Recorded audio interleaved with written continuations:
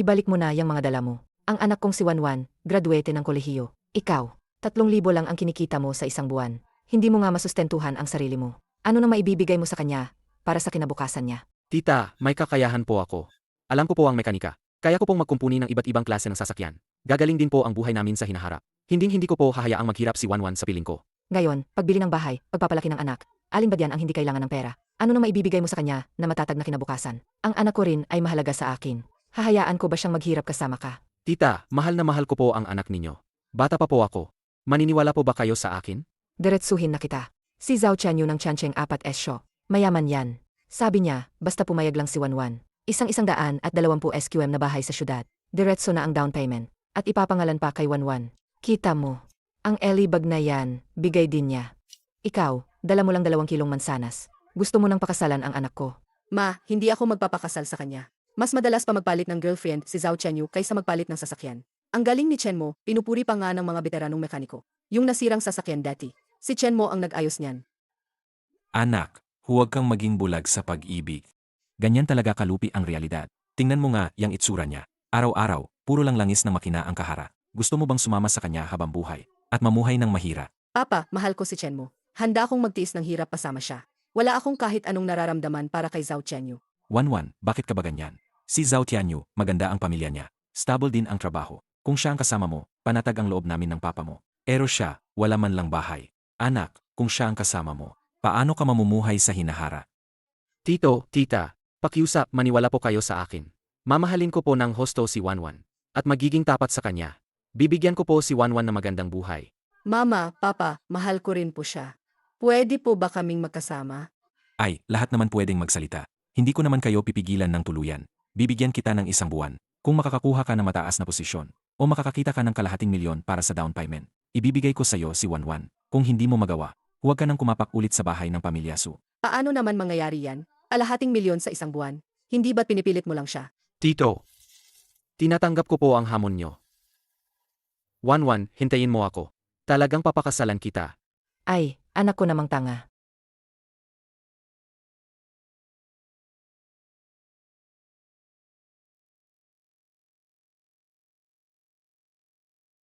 Nasaan na ang rescue car ng 4S Show?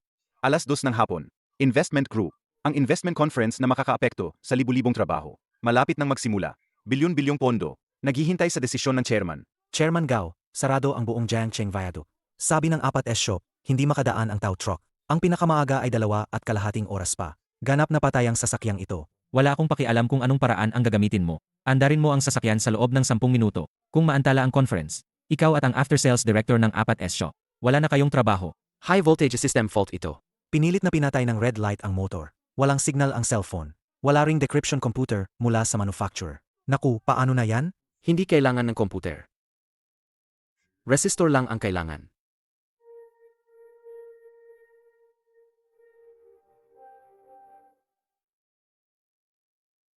Sino ka? Lumayo ka sa sasakyang ito. Hindi sira ang pressure relief valve ng high voltage battery pack. Mababa pa rin ang frequency ng circulating water pump. Hindi sira ang buong 3 electric system. Ang BMS communication plug sa harap ng chassis ay may tumagas na tubig na nagdulot ng napakababang insulation resistance at nag-trigger ng forced power off protection ng system. Ikaw na nag-ayos lang ng sirang electric car. Bakit ka nagpapanggap na engineer dito? Ang chassis ng sasakyang ito ay I-68 waterproof. Paano naman yan magkakaroon ng tagas? Kahit pa nagkaroon ng tagas, kung walang advanced diagnostic tool ng manufacturer para i-unlock ang firewall at nakalock ang fault code, walang makakapagpaandar niyan. Ang I-68 ay para sa static water pressure. Hindi nito kayang pigilan ang impact ng high pressure water jet mula sa kalsada sa lumang goma. Ang pagpasok ng tubig sa plug ang sanhi. Kapag natanggal ang tubig at bumalik ang resistance, ang self-check module ng sasakyan ay automatikong mag-unlock. Sa lock, hindi mo kailangan ang sirang computer mo. Hayaan nyo siyang subukan, kaya kong ayusin. Pero kailangan ko ang first aid kit nyo. Chairman Gao, wala nga siyang wrench. Talaga bang papayagan niyo siyang mag-ayos? Kung magkamali siya at mag-short circuit, nakakamatay ang high voltage. Kunin mo ang first aid kit.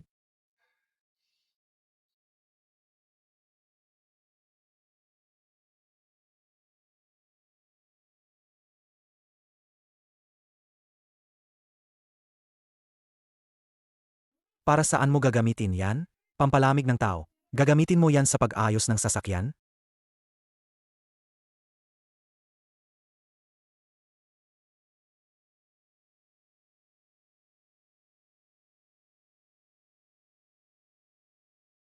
Sa loob ng selyadong plug compartment, ang mga water vapor na ito ay nagiging conductive sa pagitan ng gapin na kasing nipis ng buhok.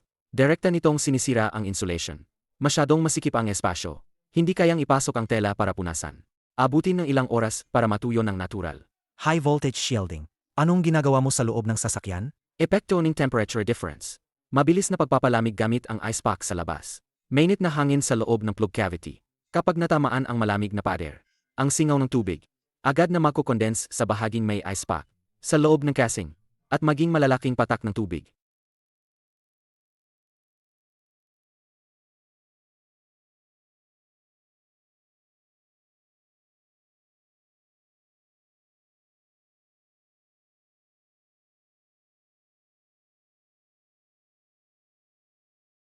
Subukan mong i-start ang makina.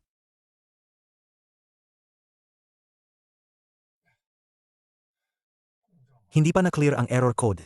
Paano i-start?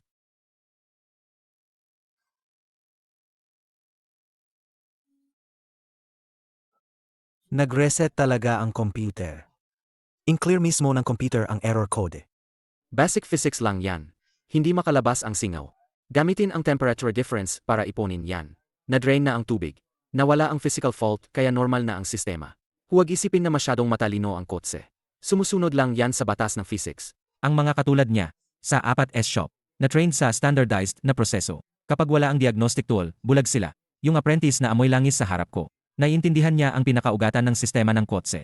Hanggang sa pinakamataas na antas. Hindi lang repair skills ang nakikita niya, kundi ang kakayahang lumabas sa dead end. Yung paglabag sa rules, kakayahang direktang solusyonan ang problema na kailangan ngayon sa rigid na job market. Inakarer, kabata. Ano ang apelyido mo? Chenmo. Ginoong Chen Mo. Ako si Gao Jianmin mula sa Jiangcheng Investment. Ngayon, ang Kaiming New Energy Automobile ay nakakuha lang ng malaking investment mula sa aming grupo. Kailangan nila ng tulad mo na may praktikal at matibay na kakayahan sa technical na aspeto. Kunin mo itong card. Bukas, pumunta ka sa Kaiming headquarters. Diretso kang magpunta sa chairman, si Zhang Kaiming. Chairman Gao, isa lang po akong apprentice. Wala pa nga po akong diploma sa kolehiyo.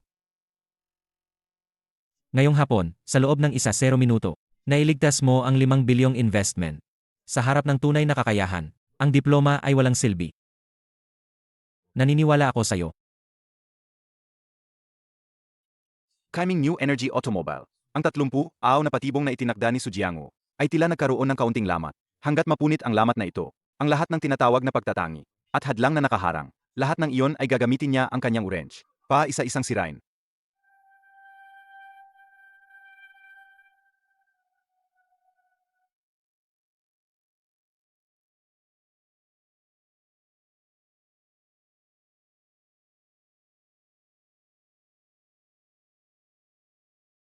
Talagang naglakas loob kang pumunta rito. Ha? Kahapon, pinalayas ka sa bahay ng mga sunang magpropose ka. Ngayon, dito ka naman nanggugulo? Nasaan ang security? Ito ay 1 bilyong kumpanya ng new energy vehicle. Bakit pinapapasok ang kung sino-sino?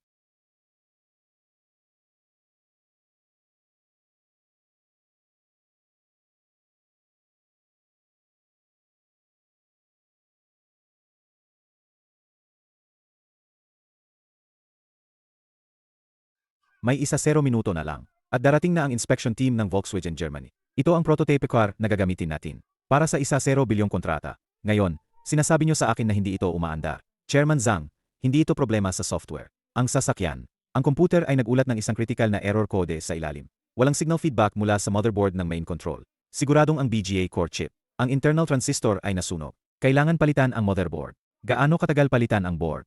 Ang orihinal na piyesa ay nasa Germany. Pinakamabilis na 3 araw. Boss Zhang, galing ako sa Changcheng. Zhao Chenyu, walang gustong mangyari ang ganitong aksidente. Sa tingin ko, mas mabuting takpan na lang ang sasakyan. Sabihin muna sa mga dayuhan na confidential ito. Kalokohan. Ang gusto makita ng mga dayuhan ay ang test drive demonstration. Hindi nasunog.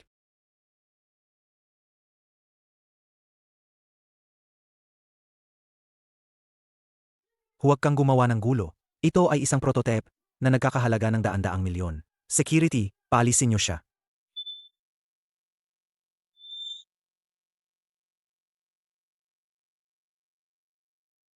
Ang temperatura sa ibabaw ay lumampas sa 70 degrees. Ang init ay hindi talaga nailipat palabas. Naipon sa loob. Hindi nasunog ang chip. Kulang lang ang thermal paste. O kaya ay luma na tuyo. Nagdulot ito ng hardware level shutdown ng motherboard. Thermal protection. Kaya natural lang na hindi makakonekta ang komputer sa signal. Kalokohan. Isang buwan pa lang ang sasakyang ito mula nang ilabas. Gumagamit ito ng pinakamataas na kalidad ng German. Aviation Thermal Paste. Paano niya yan gagawin? Hindi mo nga maintindihan ang mga fault code. Hawak lang ng casing. Tapos magde-decide agad. Kahit ang aerospace thermal paste, nasasayang sa mga worker. Hindi maayos ang pagpress nung ina-assemble. Nakakapasok ang hangin. May extra thermal paste ba kayo? Para lang yan sa mga laboratorio ng ganitong level. Paano magkakaroon ng extra ang showroom? May toothpaste ba sa restroom? Magdala kayo ng isang tubo. Yung pinakamurang puti na paste. Boss Zhang, pakinggan niyo po. Tama ba to? Gagamit ng toothpaste para ayusin ang solid-state prototype car na halagang daan-daang milyon. Nabigo siya kahapon sa pagpapakasal. Baka naguguluhan na siya sa stress. Kung kaya niyang ayusin ang kotse gamit ang toothpaste, kakainin ko tong laptop na to dito mismo. Dalhin nyo ang toothpaste.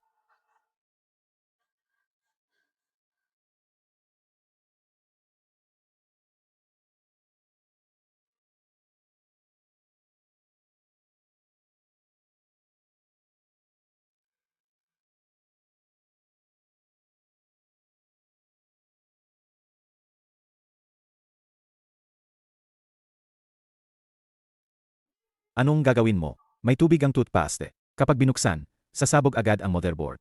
Ang pangunahing sangkap ng toothpaste ay calcium carbonate at silicon dioxide na pangkuskus. Pareho to sa base na mababang kalidad na thermal paste. Eksaktong pareho ang mga sangkap. At yung tubig, sa 70 degrees na init, natuyo na kanina, ang natitirang powder paste. Sapat na para punan ang ilang microns na gap sa contact. Ayon, On na.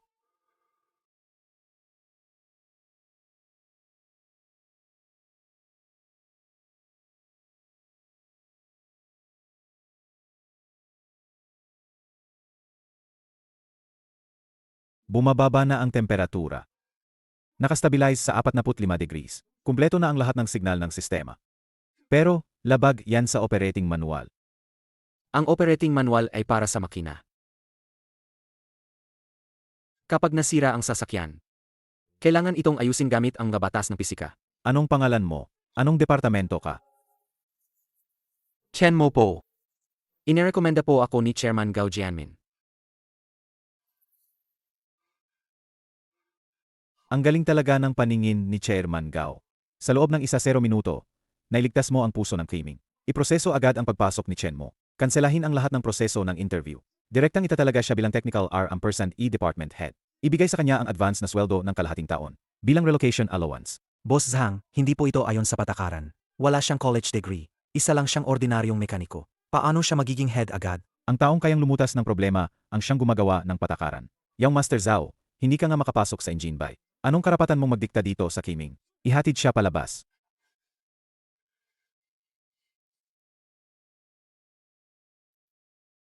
Advance na sweldo ng kalahating taon. Antas ng milyonaryong sweldo kada taon. May 500,000 na ako.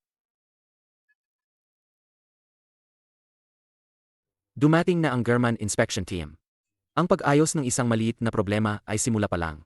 Ang gulong na tunay na magpapabago ng antas ng lipunan ay nagsisimula pa lang umikot. Wow! Nangyari talaga ang ganitong eksena sa drama. Ang galing naman. 1-1. Basta't sumango ka. Ang singsing na ito, ang kotse na ito, ang sasakyan na ito, pati na rin ang 4S shop na ito, ay magiging sayo na lahat. Naku, 1-1. Grabe, ang tapat ni Tianyu. Ang laki ng diamond ring, bihira yan. Bakit ba hindi mo maintindihan, Ana? Kung kasama mo si Chen mo, maghihirap ka lang sa buhay. Ma, bitawan mo ako. Tama ang sinabi ni tita. Totoo, mahirap pa ang sitwasyon ni Chen mo ngayon. Hindi niya kayang ibigay ito sa'yo. Ang kayang ibigay ko sa'yo ay wala pa sa kanya.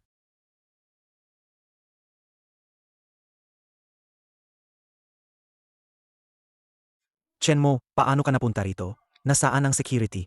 Anong ginagawa mo rito? Nanggugulo ka?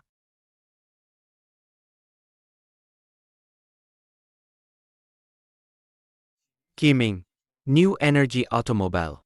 Formal na appointment letter na may selyo. Sa card na ito, ay 500,000 na in advance ng finance ng Kiming. Pang setle. Tita, dinala ko na ang 500,000. Ang assurance na ipinangako ko kay Wanwan ay narito na ngayon. Manager Lee, bakit po kayo pumunta sa maliit na shop namin? Master Chen, ang Isham race car ng aming fleet ay hindi maayos ng mga senior engineers sa buong bansa. Sabi ni Chairman Zhang, ang inyong kasanayan sa pisikal na diagnosis ay top sa buong bansa. Kung papayag kayong tumulong, 2 milyong bayad sa pagkukumpuni. Agad na magta-transfer ang kuponan ng 2 milyon. 2 milyon para sa isang batang magkukumpuni. Kanina sinabi niyang supervisor siya sa Kiming. Mukhang totoo nga. Li Tzu. Huwag kang maloko sa kanya. Taga-urban village lang siya, na may maliit na repair shop. Wala naman siyang tunay na kakayahan. Mandaraya lang siya.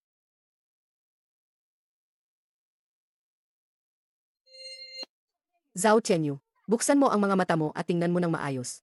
Kahapon, sinuri ni Chen mo ang mga sasakyan ng aming kuponan. Nagkuha siya ng 3 sample na bagong nagpa-maintenance sa inyo, mga race gauge, na langis ng makina. Lumabas na ang resulta ng pagsusuri. Napakababa ng viscosity index ng langis. Hindi pumasa sa standard para sa high temperature shear resistance. Ang inyong Tiancheng 4S shop ay palaging gumagamit ng recycled waste oil na pinaghalong dekalidad na langis. Ibinebenta sa mga customer bilang original synthetic oil. Nagbibintang ka lang. Paninira lang yan. Paninira ba o hindi? Tingnan natin ang pisikal na ebidensya. Ang dekalidad na fully synthetic oil, kahit may itim na, ay mananatiling may malakas na oil film at stringy texture. Pero ang langis dito, manipis na parang tubig, at may amoy na sunog na nakakairita. Tingnan mo ang kumikinang na particles sa tissue. Iyan ay mula sa crankshaft at cylinder wall. Matapos mawalan ng lubrication, metal fillings na kinaskas ng sapilitan. Kapag uminit ang langis, nagiging parang tubig na may bakal. Sa paggiling ng bakal, sa loob ng 3 buwan, tiyak na masisira ang makina at hindi na magagamit. Para lang makatipid ng ilang daang piso, nilalagay mo sa panganib ang buhay ng mga customer sa highway. Kaya pala may kakaibang tunog ang sasakyan ko kamakailan. Ibalik ang pera.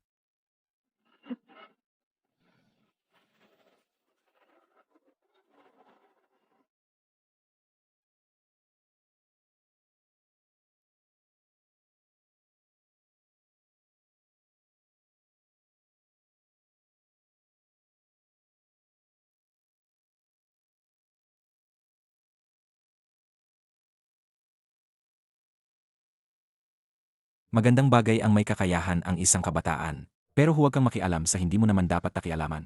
Ang mga bagay-bagay sa Chancheng Group, hindi dapat tinapakialaman ng mga tagalabas. Hindi ako kayang protektahan ng data, pero ang pisikal na ebidensya, kayang patunayan ang pagbebenta ng pekeng langis. Ikaw mismo ang sumisira sa reputasyon ng Tiancheng. Sige, pisikal na ebidensya.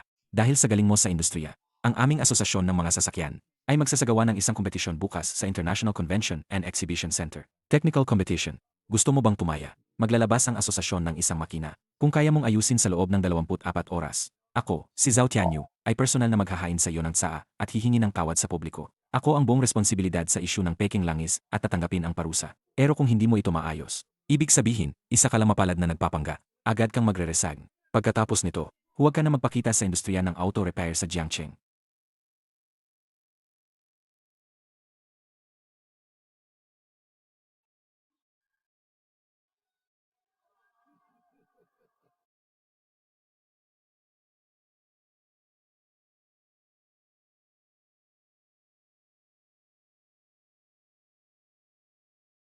Ang lumang bakal na kinuha mula sa nasunog na sasakyan ay napagdesisyunan na ng kumpanya ng seguro na total loss na.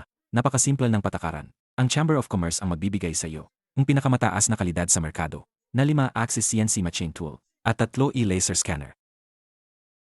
Paganahin mo yan sa loob ng 24 oras. Kung hindi mo maayos, pumirma ka at umalis. At lumayas ka na ng tuluyan sa Jiangcheng. Kasuklam-suklam. Ang aluminum alloy cylinder head ay nagdegrade dahil sa init. Nagbago na ang molecular structure nito. Kahit ang mga orihinal na engineer ng Ferrari ang dumating, palitan lang ang buong assembly ang magagawa nila. Hindi ito pag-aayos. Ito ay parang paggawa ng bagong makina sa mismong lugar. Walang blueprint, walang data. Kung lumampas ng 0.1 mm ang error, sasabog ang cylinder pag-start. Sumuko ka na at umalis ka na.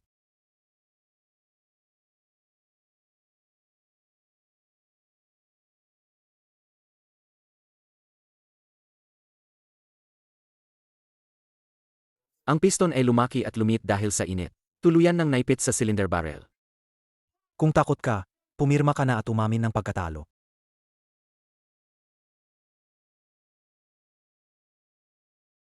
Ama na ang daldal. Simulan na ang oras.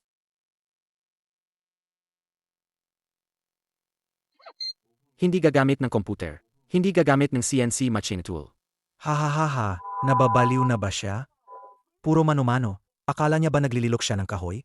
Ang tolerance na kalangan dito ay 5 beses na mas manipis pa sa hibla ng buhok. May hawak siyang parang gandaw. Anong gagawin niya?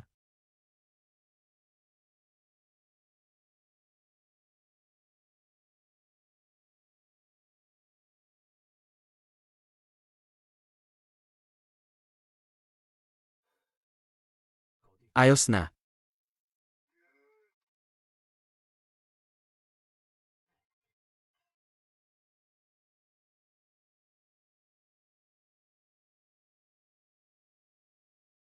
Blind scrapping para sa sentro. Gusto ng batang yan na gamitin ang purong pakiramdam ng kamay para pantayin ang metal na may error. Ito ay isang bihirang kasanayan na. Dating alam lang ng mga lumang henerasyon ng 8 antas na mekaniko. Ngayon, wala nang nagsasanay nito. Ang daliri ni Kenmo ay huminto sa isang lugar. Ang kalyo na nabuo sa matagal na pagtatrabaho sa metal. At pag-ayos ng sasakyan. Mayroon siyang abnormal na muscle memory. Para sa micro-level na pagkakaiba sa taas. Dito, may bara na 0.03 mm. Idinikit ang scrap sa pader na bakal. Gamit ang lakas ng pulso, marin niyang idiniin at iniscrap pababa. Isang SSS na tunog. Isang napakaliit ngunit malakas na tunog ng pagputol ng metal. Isang kulot. Manipis na paanghibla ng pilak na aluminyo. Ang iniscrap ng buo. Ang pantay na lakas. Ang patag na hiwa. Hindi ito basta-basta. Hindi tumigil si Chenmo sa pakilos. Idinilat niya ang kanyang mga mata at isinuot ang kanyang safety goggles. Ang scrap ay baliw na lumilipad sa loob ng silindro. Walang ingay ng makina. Tanging ang monotonous, mechanical. At napakatinis na tunog ng ZZZZ. Isang hiwa pagkatapos ng isa pa. Ang anggulo ng bawat hiwa ay perpektong tumutugma sa ganap na bilog ng fluid mechanics. 1 oras, 3 oras, 0 oras. Nakakapanindig balahibo ang katahimikan sa paligid ng booth. Walang nangahas magsalita. Si Chenmo, basang-basa na sa pawis.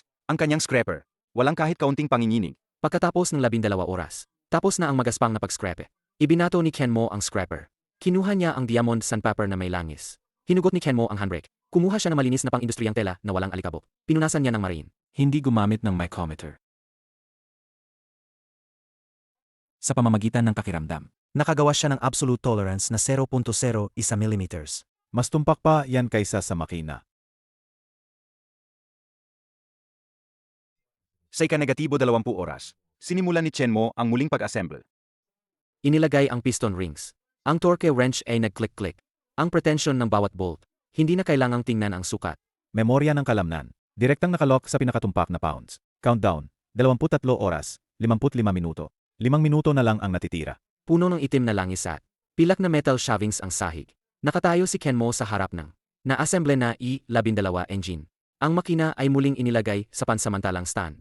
Nakakonekta ang high-pressure fuel pump lines. Ikabit ang panlabas na ignition battery sa positive at negative terminals. Ang lahat ay bumalik sa simula. Kinuha ni Chenmo ang isang tuwalya. Pinunasan ang mga langis sa kanyang mga kamay. Pinunasan niya ang bawat daliri. Hindi man lang niya tiningnan. Size how Chenyu na namumutla sa ibaba ng entablado. Diretso niyang inabot. At pinindot ang pulang ignition short circuit wire. Ang suspense ay nakasabit sa contact point na ito. Ang metal na halimaw na ito. Nasapilitang hinila mula sa impyerno. Muling mabubuhay kaya ito? O sa sandali ng pagkakabit ng kuryente? Ay sasabog at magiging piraso? Pinindot ni Chenmo ang switch short circuit wire. Sa sandali ng pagdikit, nagningas ang pulang ignition spark. Ang malalim na ugong na nakakabingi. Parang isang tigreng inalisan ng ngipin. Muling tumubo ang mga pangil. Pinunit ang hangin ng International Convention and Exhibition Center. Pagkatapos ng 2 segundong katahimikan sa entablado, sumabog ito. Ang tunog ng paghinga ng malalim na nakapapatayo ng balahibo. Ilang matatandang master mula sa Chamber of Commerce. Diretso silang pumalakpak. Namumula ang kanilang mga mata. Ang panalo at talo ay napagdesisyonan na. Ayon sa kasunduan, Chairman Zhao, inaamin mo ba ang tungkol sa pekeng langis? Ako.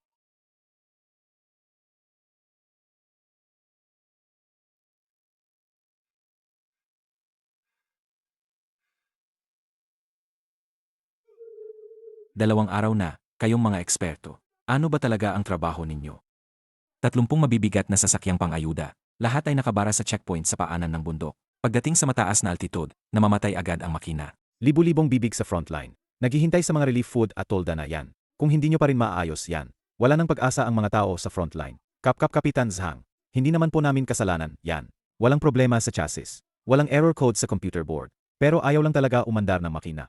3 beses na namin chinek ang turbo. Pero hindi talaga namin makita kung nasaan ang problema. Sino? Sino ang makakapagpaandar ng sasakyan at makakapagpaakyat nito sa bundok? Ako, si Zhang Dajun, luluhod sa kanya. Hayaan mo siyang lumuhod. Hindi karapat-dapat ang maliit na bagay na yan.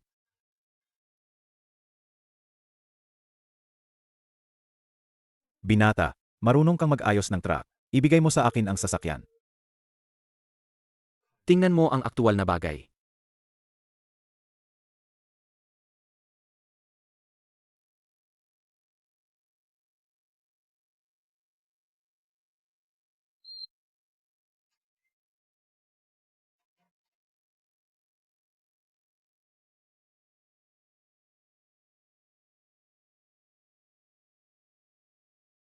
Hindi na kailangang tingnan. Ang problema ay nasa paghinga. Kalokohan. Ang tubo na yan ay ang pinakabagong disenyo mula sa orihinal na pabrika. Kahit ang airflow ay eksaktong kinakalkula. Talagang sumusunod sa pamantayan. Hindi nga nag-report ang computer na mababang air intake. Hinawakan mo lang, nagdiagnose ka na agad ng problema. Sa kapatagan, normal ang presyon ng hangin. Kaya syempre, hindi ito mag-report ng error. Sa kapatagan, 100 kilopascal ang presyon ng hangin. Pagdating sa 4,000 metro ang altitude, 60 na lang ang air pressure. Parang tao na naglalakad sa kapatagan habang nakatakip ang ilong. Hindi mamamatay, pero pagdating sa kabundukan. Subukan mong pasprintin ng 100 metro. Masyadong manipis ang tubo. Masyadong malaki ang kurbada. Sa kapatagan, madali lang humigop ng hangin ang turbo. Pero pagdating sa kabundukan, manipis ang hangin sa low pressure era. Kailangan ng turbo na humigop ng husto. Nagkakaroon ng matinding negatibong presyon sa loob. Kapag lumaki ang negatibong presyon, agad nalulubog ang malambot na tubong ito. Lilit ang cross-sectional area ng 1/4. Mababarahan ang hangin sa dead corner. Magkakaroon ng vortex dead zone. Hindi makakahigop ng sapat na oxygen ang piston. Kaya syempre, mamamatay ang makina. Paano ayusin yan? Palakihin ang tubo at baghin ang daanan. Masasayang ang set ng original na malambot na tubo. Tigil. Ito ay collateral asset ng logistics company. Gagamitin mo ang sander para putulin ang orihinal na piyesa. Kapag nasira yan, masisira ang buong intake system. Tuluyan ng hindi gagana ang sasakyan. Kapitan Zhang, nagmamayabang lang ang batang yan. Sinasadya niyang sirain ang National Rescue Supplies. Basta si Chen Mo, siya ang mananagot sa lahat. Kung masira ang rescue mission, ang batang yan, sa kulungan na lang sila habang buhay. Nag-alinlangan din si Zhang Dajun. Ito ay isang sugal. Putulin ang intake pipe. Kung walang epekto, ang 30 sasakyang ito, wala ng lakas para bumaba ng bundok at bumalik sa pabrika. Ang mga tao sa front lane ay mamamatay sa gutom.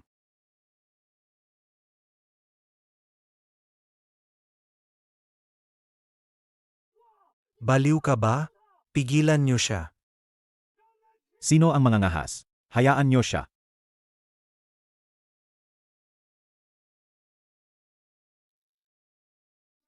Maghanap ng malinis na tubo ng bombero. Isang makapal na silicone explosion-proof hose. At isang malaking hose clamp.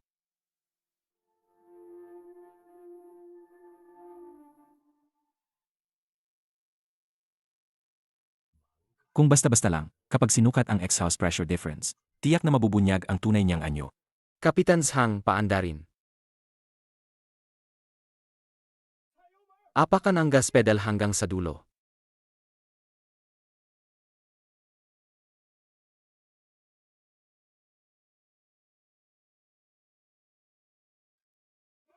Hindi bumaba ang bilis. Hindi lang hindi namatay ang makina, mas malakas pa ang lakas nito. Mas malakas pa sa pagtakbo sa kapatagan. Pair. Nagtagumpay ka. Nailigtas mo ang disaster area. Libu-libong bibig na naghihintay kumain. Huwag nang magsayang ng oras. Baghin na ang natitirang 29 na sasakyan. Dapat tumagos ang weld point. Buhay ang nakataya. Hindi dapat tumagas ang tubo. Dalawahan bawat grupo. Tapusin lahat sa loob ng 3 oras at paalisin ang mga sasakyan. Lahat ng tropa, kunin ang inyong mga gamit.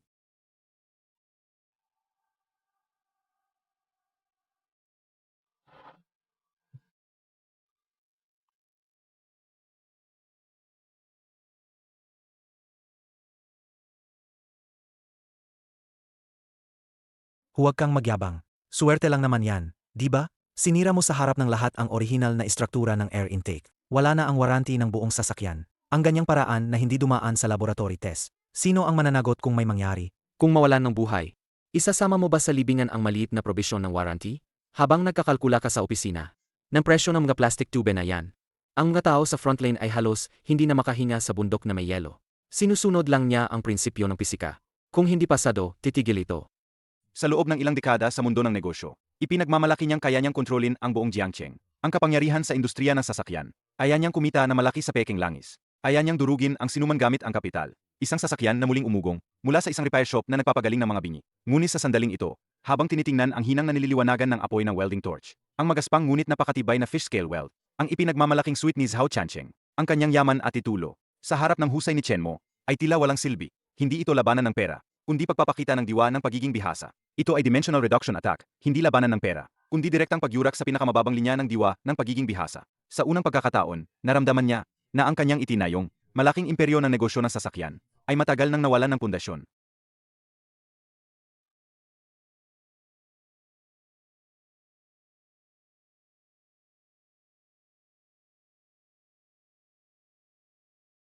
Nabulgar na, Chairman. Tapos na ang lahat. Hindi na kinaya ng peking langis. Kaninang umaga, 5 BM na galing. Sa ating shop at kakapama-maintenance lang. Sabay-sabay na nag-overheat at nasira sa highway. Sabihan ng mga may-ari na bayaran na lang para maayos. Hindi na maayos. Isa sa mga sasakyan, sobrang taas ng REM. Direktang naputol ang crankshaft. Tinamaan ng connecting rod ang aluminum cylinder block. Tumapon ang langis sa kalsada. Halos magdulot ng sunod-sunod na aksidente. Mahigit 300 na lumang customer. Ngayon, binabarahan ang ating shop at mga display car.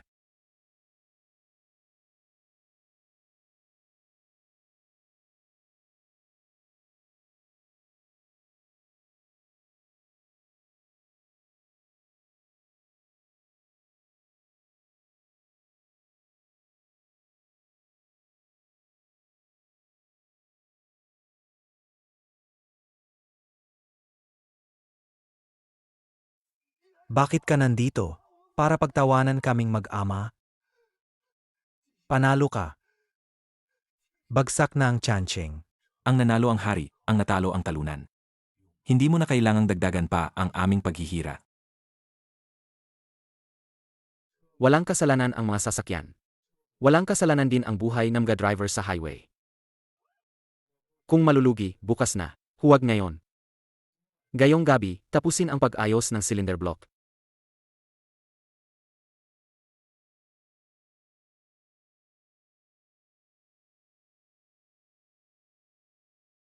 Mahina ang anti-alkaline suction ng substandard na langis.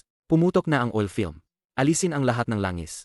Palitan ng panlinis na langis. Patakbuhin sa idle ng 1-0 minuto. Alisin ang mga bakal na dumi pagkatapos. Maglagay ng 5, bli negatibo, 40 fully synthetic oil na mas mataas ang viscosity grade. Pinupunan ang micro-level cylinder wall scratches gamit ang high viscosity oil. Micro-level cylinder wall scratches. Naiintindihan niyo ba? Gawin ang sinabi ni Engineer Chen. Ang pagpapalit ng langis ay panandalian lang. Mayroon ng internal damage ang cylinder block. Kapag inapakan ng driver ang gas, maaring bumigay ang connecting rod anumang oras.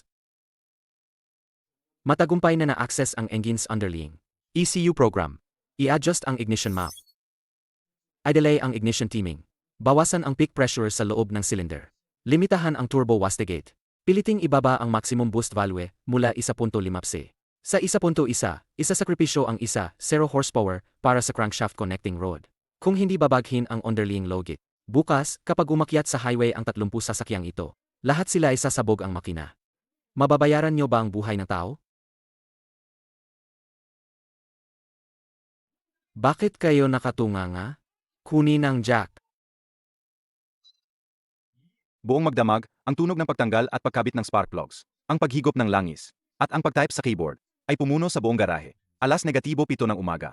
Ang unang sinag ng araw ay tumagos sa matataas na bintana ng garahe. Natapos na ang pag-flash ng ECU program ng ika-32 sasakyan. Isinara ni Chen Mo ang laptop. Ang likod ng kanyang damit ay nabalutan na ng puting pawis. Ang kanyang mga kamay ay umitim na dahil sa langis at panlinis.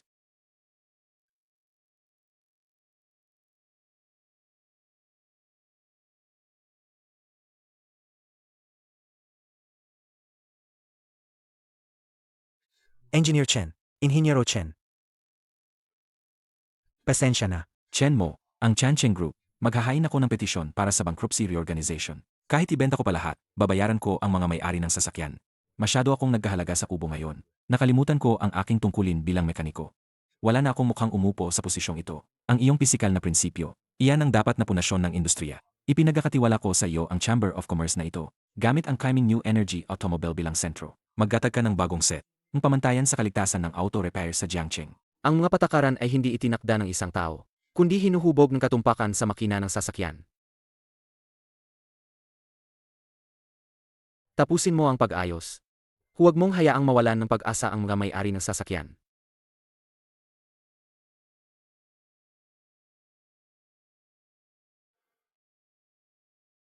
Mula nang itakda ni Sujiango ang isang buwang deadline, May natitira pang 4.5 oras. Panahon na, paayusin ang huling bayarin na ito sa realidad.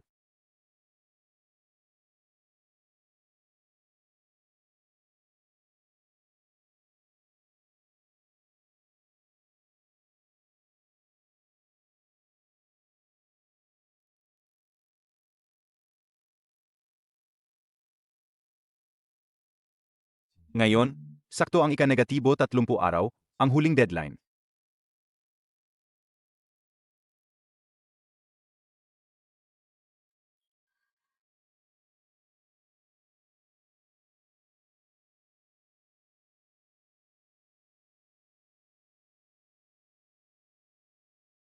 isang 150 SQM na bahay sa Jiangcheng High-Tech Zone, fully paid. Nakapangalan kay Wanwan. New Energy Automobile. Supervisor ng Technical, R&E Department. Stable na buwan ang sahod.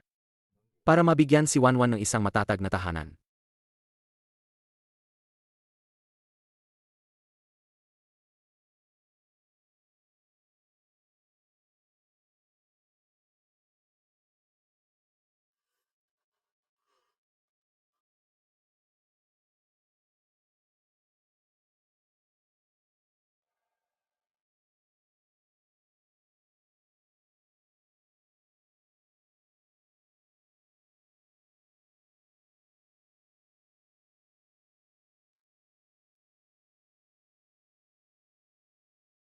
Magaling, iho. Sumuko na si Tito. Ako na ang magitimpla ng tsaa para sa iyo. Isang masayang pamilya. Pamilya na tayo, wag nang magkahiyaan. Kukuha na si tita ng ulam. Ang 30 araw na langis na may bakal na dumi, ang walang tigil na pakiskis at paghubog, ay tuluyang natapos sa sandaling ito. Pagkalipas ng 3 buwan, sa pinakamalaking Zhongji Hotel sa Jiangcheng, ang mga kristal na ilaw ay kumikinang na parang mga bituin. Sa bulwagan, nakaupo ang mga higante ng politika at negosyo ng Jiangcheng. Ang angel investor na si Gao Jianmin at ang chairman ng Qiming na si Zhang Qiming ay magkasamang nakaupo sa pangunahing mesa. Sa kabilang banda, si Zhao Chancheng na nakasuot ng simpleng jacket ay may hawak na baso ng alak at taos-pusong nagtuos sa bawat mesa. Nawala ang kanilang kayabangan, ngunit sa tahimik na pundasyon ng teknolohiya, natagpuan nila muli ang tunay na diwa ng industriya. Ngayon, hindi lang natin nasasaksihan ang pag-iisang dibdib ni na Ginoong Chenmo at Ginang Suwan, kundi pati na rin ang pagtatatag ng National New Energy Technology Sharing Alliance na pinangunahan ng Qiming Automobile at muling binuo ng Jiangcheng Automobile Business Association. Formal na itinatag. Ang Chief Technology Officer ng Alliance, si Chen Mo.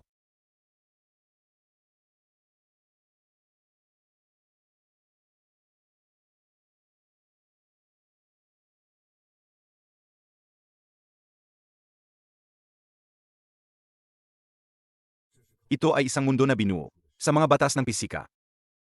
Ganap na patas, kinikilala lang ang kakayahan. Ang ginintuang panahon para sa mga bihasang manggagawa ay nagsisimula pa lang.